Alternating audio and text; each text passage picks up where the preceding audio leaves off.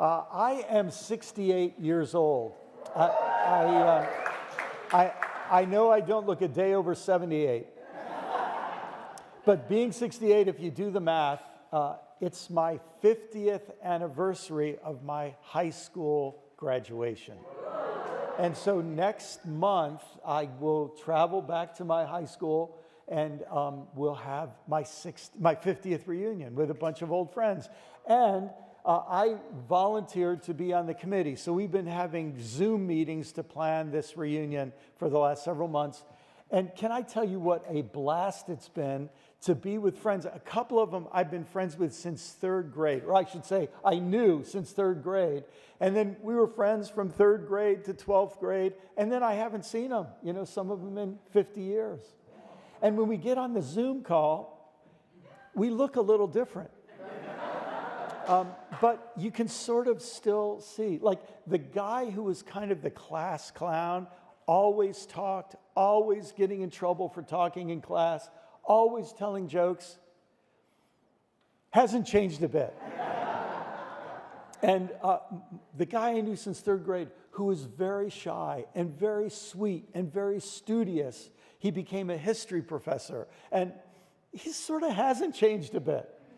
And it's just been so much fun being with these folks. And here's what it's made me realize.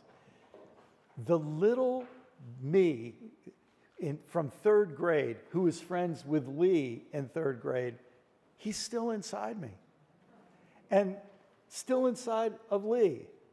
And Stephanie, who I was pals with in 9th, 10th, 11th grade, we're on these calls together.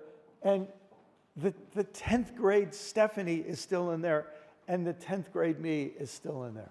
It's kind of amazing. And so what I'd like to do for the next couple minutes is I would like to revert to being the 10-year-old Brian.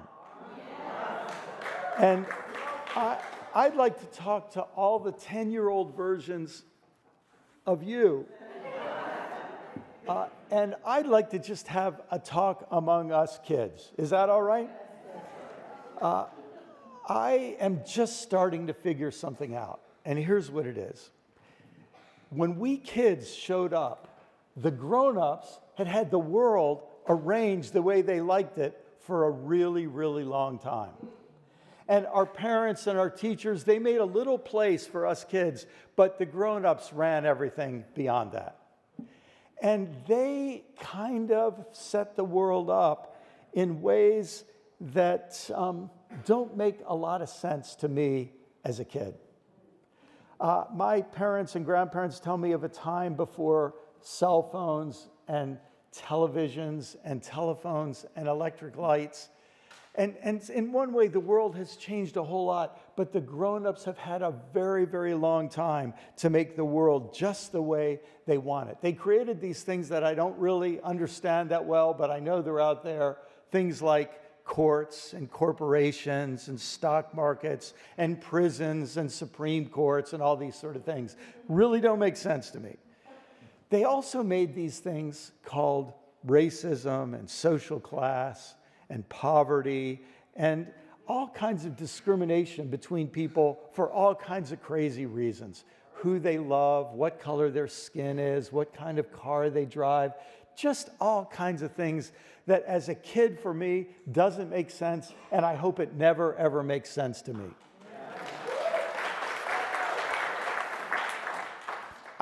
I've tried to figure out the right word for this whole thing the grown-ups have set up, and I think the best word for it is civilization. And what it seems like happened is all the little nations of the world got together and created this big thing they call civilization, and now there's kind of one mass civilization around the world that has all of these things in it. In different places, they have different reasons for who they put up and who they put down. But I noticed that in our little playground among us kids, we sort of figure out how to work these things out a lot. Like, Larry, the kid who, he was born with something different in his tongue. And so when he talks, it's not super clear. And yeah, a couple kids make fun of him, and then the rest of us tell those kids to shut up. And after a while, you learn that Larry, it takes him a little longer to say things, but he's just a great guy. In fact, he and I are on the soccer team together. He's the left fullback, I'm the right fullback, and we get the job done. And then there's Belinda. My mother explained to me, Belinda comes to school, she doesn't have nice clothes. You can tell she doesn't brush her teeth all that often. And my mother explained to me that Belinda's dad died and her mom has a lot of problems and just can't help her the way a lot of us, our moms, help us. And so all of us, we sort of watch out for Belinda, and we like her. In fact, we all sit together at lunch and we work these things out. We sort of learn that at the end, we're all in this together. We're all kids. It's a big world out there. And sometimes we're mean to each other, but we're smart enough to know you shouldn't keep doing that. The grown-ups haven't figured that out yet. And I heard this story about when the disciples came to Jesus and they said, "Who is the greatest in the kingdom of heaven?" Now, kingdom of heaven, I had trouble understanding that until I just thought, it's like civilization, the way people do things. The civilization of the earth does things in some ways. What would a higher civilization, a better civilization, or if you think of it like this, how do things work on our child's playground versus on the adult playground? I mean, on our child's playground, every once in a while, there'll be a fight, people yell at each other, people be mean to each other, but I've never seen kids on the playground drop bombs on each other. Never seen kids on the playground decide that some of the kids should just be driven out of the school entirely. I mean, we kids aren't perfect, but man, we're not grown-ups.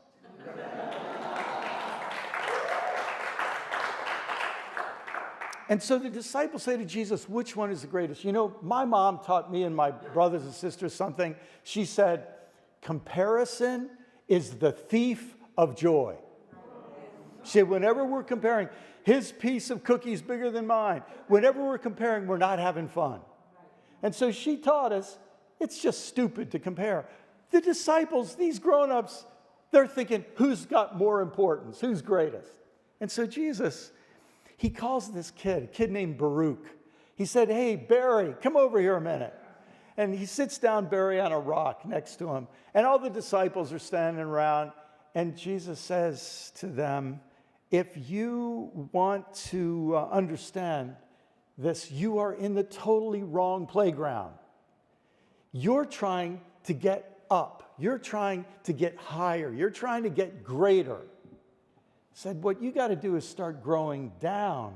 You got to learn from kids like Barry here, and you've got to understand that in the playground of heaven, in the kingdom of heaven, that's not how we roll. We don't try to see who's the greatest. We want to see all of us being treated fairly. We want to be treated the same. We want equality for all of us. We don't want anybody to have more power or more rights than anybody else. And so that story from Jesus kind of makes me think that there are two playgrounds in the world, and they have different sets of rules. And we all make a choice every day whether we want to play by the grown-up set of rules that grown-ups have been perfecting for hundreds and thousands of years to make the world run exactly the way it's running. Or else we kids, we aren't used to those old ways. We might be able to imagine some new ways.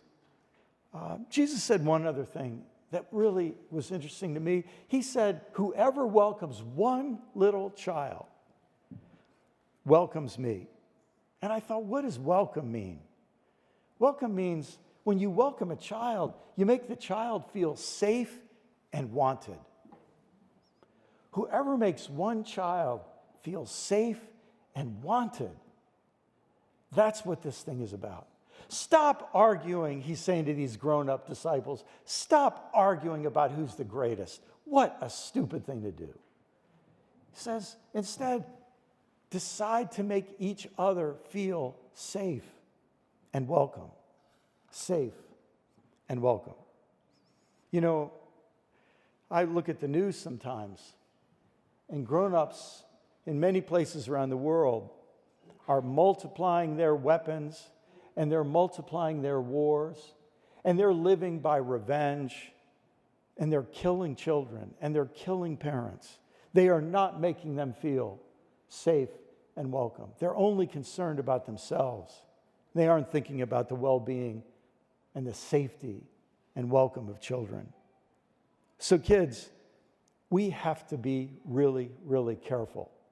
If we are not careful, those grown-ups are going to teach us to be like them and to keep their civilization going in the sick, crazy, wrong, unfair way it is.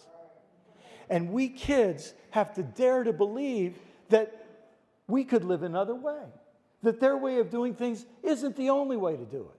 We got to dare to be different and dare to dream of a better and different future. Maybe that's what God actually means.